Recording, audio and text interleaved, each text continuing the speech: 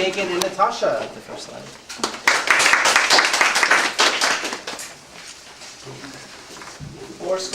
7 years ago, our fathers brought forth this continent a new nation, conceived in liberty and dedicated to the proposition that all men are created equal.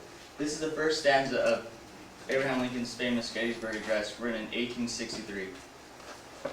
Since Abraham Lincoln was one of the greatest presidents and one of the greatest speakers ever to live, we decided to do our speech on him. The following information will let you know why we chose Abraham Lincoln and what he did, and what he did in his life, and what the significance of the Gettysburg Address was. Moving on to the life of Abraham Lincoln. Abe was born February 12, 1809, near a small town called Hodgenville, Kentucky. Abe hated working. When he was little, he hated working in the fields, and he was into books, reading, and writing. This did not stand with his dad. His dad was the complete opposite. His dad liked working in the fields and was a hands-on kind of guy. When Abe was young, his mom died from drinking bad milk that came from a cow. Drinking, I think it was poisonous snake root. Abraham constantly borrowed books from his neighbors and friends to increase his knowledge, and his dad was pretty much illiterate. What Abraham Lincoln did during his presidency, everyone asks? November 6, 1860, Abraham Lincoln became the 16th president elected in the United States. Abraham Lincoln created the Emancipation Proclamation, which freed thousands of slaves in many states. The South was upset with this Emancipation Proclamation because they were losing money. They had no more slaves, and this pretty much put a bullseye in the back of Abraham Lincoln's head. And he was later assassinated while watching a theater act. He was the first president to ever be assassinated.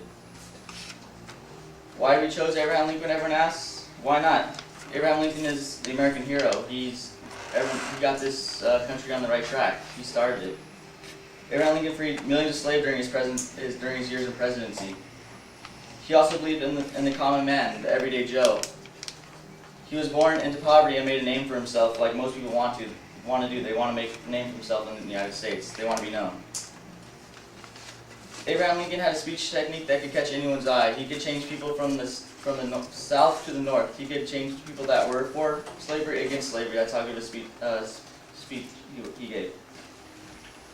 He never gave a bad speech. All of them were flawless, perfectly practiced, and they were all mind-blowing.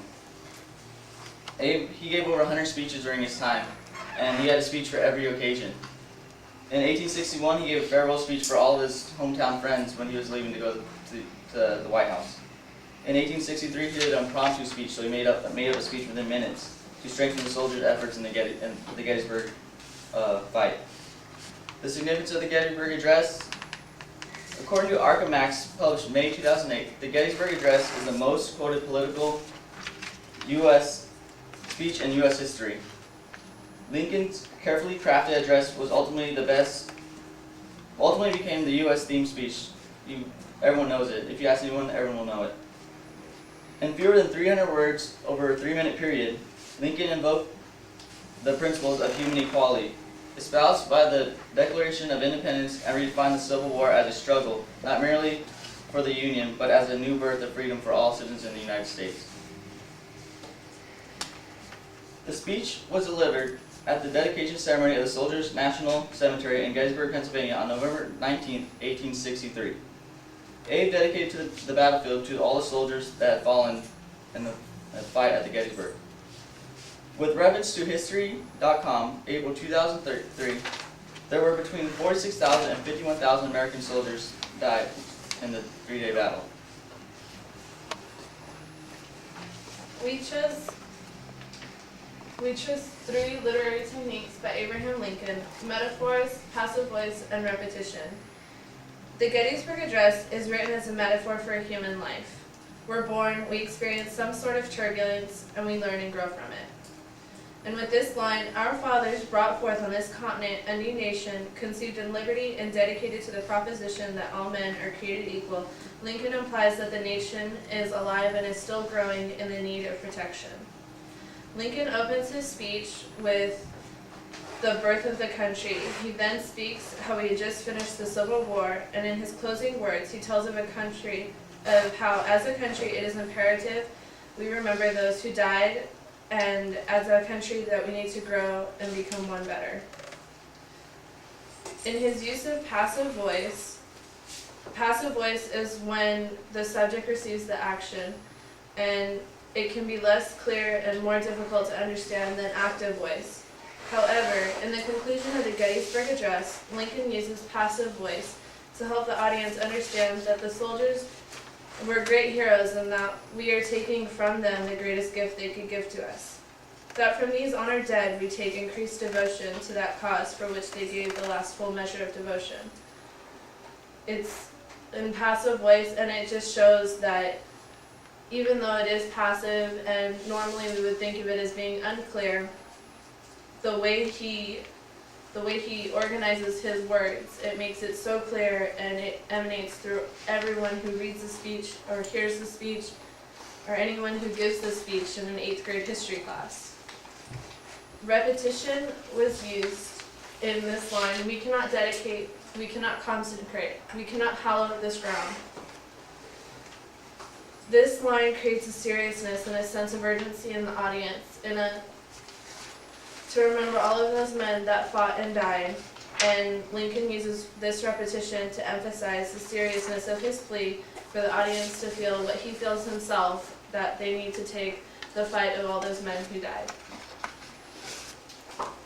Now let's look into the meaning of the Gettysburg Address. Interestingly, Lincoln was not the first to speak at the Gettysburg Address. It was Edward Everett. Edward Everett spoke for over 2 hours, drudging on about civil soldiers and comparing them to Greek gods. On the contrary, Lincoln's speech only lasted 3 minutes, and after the speech, everyone was silent in the audience, maybe from shock or just in awe, but within minutes, they were all standing to their feet applauding Lincoln. Lincoln managed to encompass everything that Edward Everett had spoken, but in a brief, to-the-point, poetic, and understandable way. Surprisingly, Lincoln only wrote down little phrases and scratched down words. It wasn't until that morning that he sat down and wrote his speech. The Gettysburg Address inspired the nation and continues to inspire us today. Lincoln addresses how a nation in the shadow of mass violence and betrayal could redeem itself. The address was the first to express America's newfound fraternity between whites and blacks who had fought side by side. He believed that every man was created equal. To quote his second inaugural speech given March 4th, "We all read the same Bible and we all pray to the same God." He assured the audience that there's always a leap of faith when diving into a newfound unity in uncharted territory. Today, there are 5 known copies of the Gettysburg Address written by Lincoln. 2 are in the Library of Congress, 1 at Cornell University, 1 at Lincoln's library in Illinois, and 1 in the Lincoln Room of the White House. There continues to be many references today of the Gettysburg Address. His 268 words are repeated regularly in schools and preserved in stone at the Lincoln Memorial. In conclusion, we have informed you about Abraham Lincoln, his famous Gettysburg Address, the significance of the speech, and how it is inspirational. The main idea of the speech is that we are all created equal, an idea that still is pertinent today, whether it be for gay rights, women's rights, etc. Thank you.